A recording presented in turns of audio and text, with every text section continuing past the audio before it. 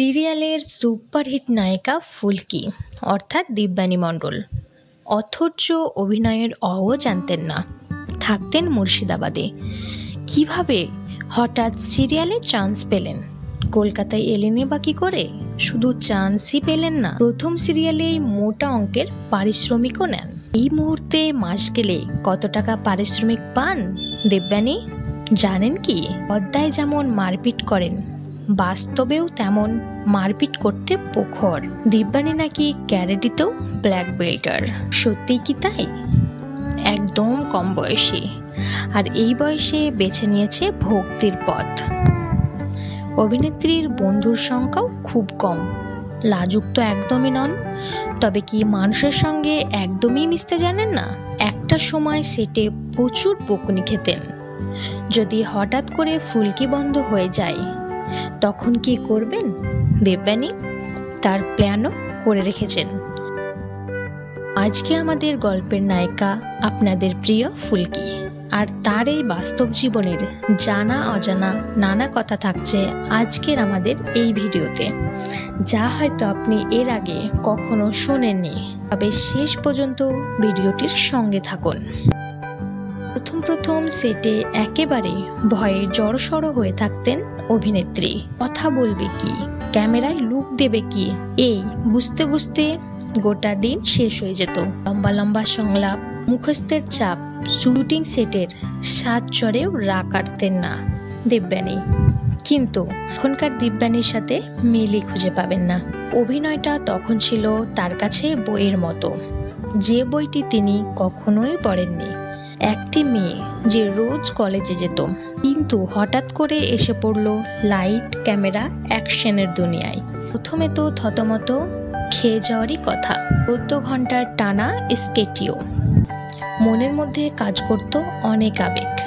বয়সও তখন মাত্র 19 থেকে 20 হবে। তখন ভীষণ এক্সাইটেড, ভাবতেন যাদের টিভিতে রোজ দেখেন তাদের মতো অভিনয় করবেন। ব্যাপারটা বিশাল কিছু।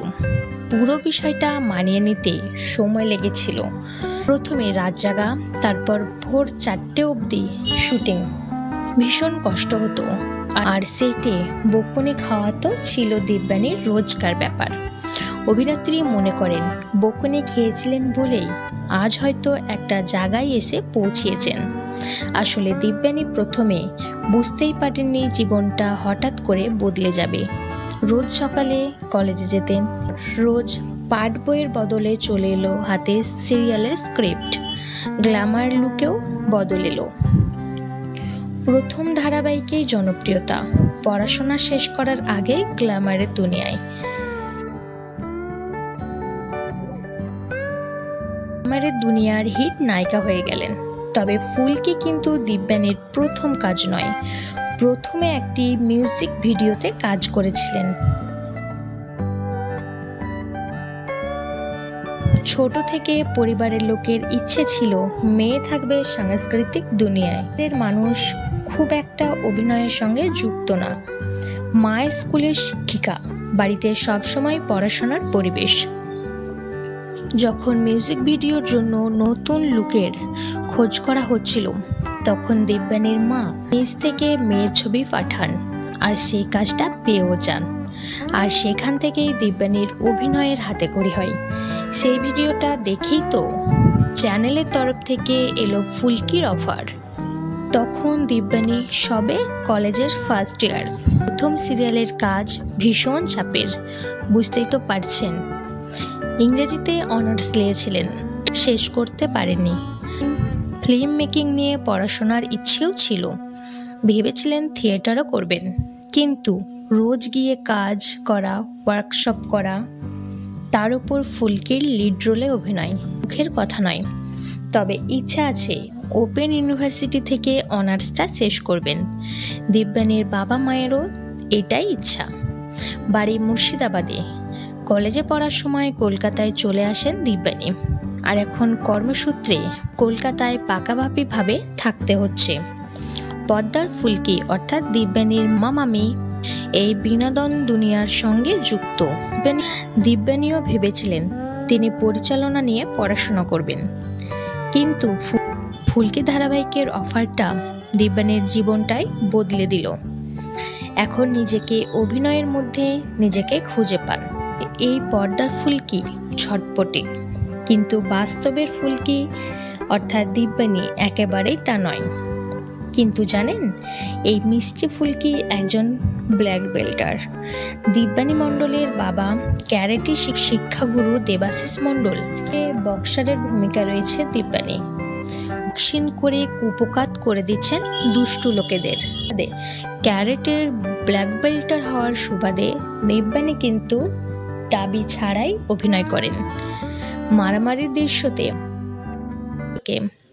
নিজেই ফাইল করে দিতে পারেন, আবার অভিনয়ের জন্য কিছুটা মারও খেতে হয়। বক্সিং করতে গিয়ে প্রশিক্ষিত বক্সারের কাছেও ঘুষি খেয়েছেন। এইভাবে ফুলকি এখন সকলের ঘরের মেয়ে, আর সেটা পুরোটাই অভিনয় আর পরিশ্রমের গুণে। টেলিপাড়ায় শোনা যায় প্রথম দিকে পারিশ্রমিক পেতেন 60,000 টাকা, আর এখন প্রায় 1,12,000 টাকা পারিশ্রমিক নিয়ে থাকেন। ফুলকির জনপ্রিয়তা যত বাড়ছে তত পারিশ্রমিকও বাড়ছে। দিব্যানীর ব্যাপারে আরেকটি ইন্টারেস্টিং ব্যাপার আপনাদের বলি, যা হয়তো এর আগে কখনোই শুনেননি। দিব্যানী আমেজ ছুঁয়েও দেখেন না, তোরা মাঝে মধ্যে ভয় থাকেন ধর্মের টানে দিব্যানী কবে না অভিনয়কে বিদায় জানায়। এর জবাবও দিয়েছেন অভিনেত্রী।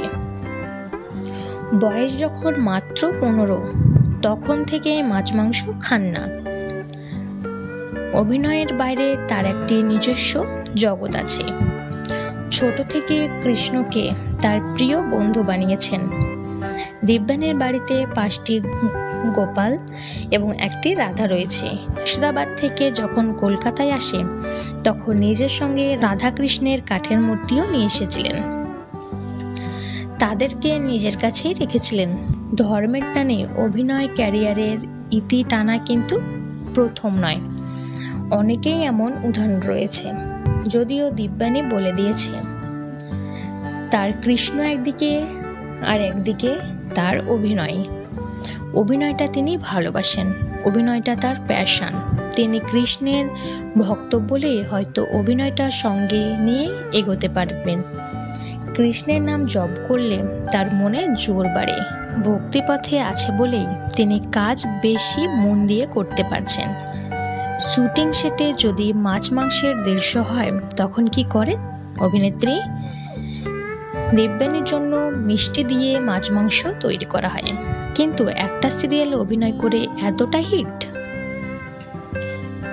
টলিউড ইন্ডাস্ট্রিতে এমন প্রচুর উদাহরণ আছে যারা হঠাৎ করে জনপ্রিয়তা পেয়ে যায়, আবার হঠাৎ করে হারিয়ে যায়। যদিও ফুলকি শেষ হয়ে যায়, তবে কি করবে দিব্যানী? আর কি কাজ পাবে? তখন কি হবে দিব্যানী? এটা কি ভেবে ভয় পান? যদিও বয়স কম, তাই এই বিষয়ে খুব একটা তাকে ভাবায় না।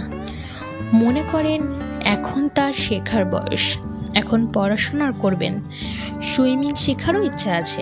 একটা কথা বিশ্বাস করেন, বয়স যত বাড়বে 1000 রকম রোগ আসবে, তাই কম বয়সে সবকিছু শিখে নিতে চাই, নিজেকে ব্যস্ত রাখতে চাই কাজের মধ্যে।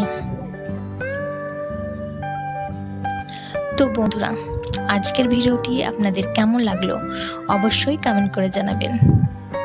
আর এই রকম নতুন নতুন ভিডিও পেতে আমাদের চ্যানেলটি সাবস্ক্রাইব করুন।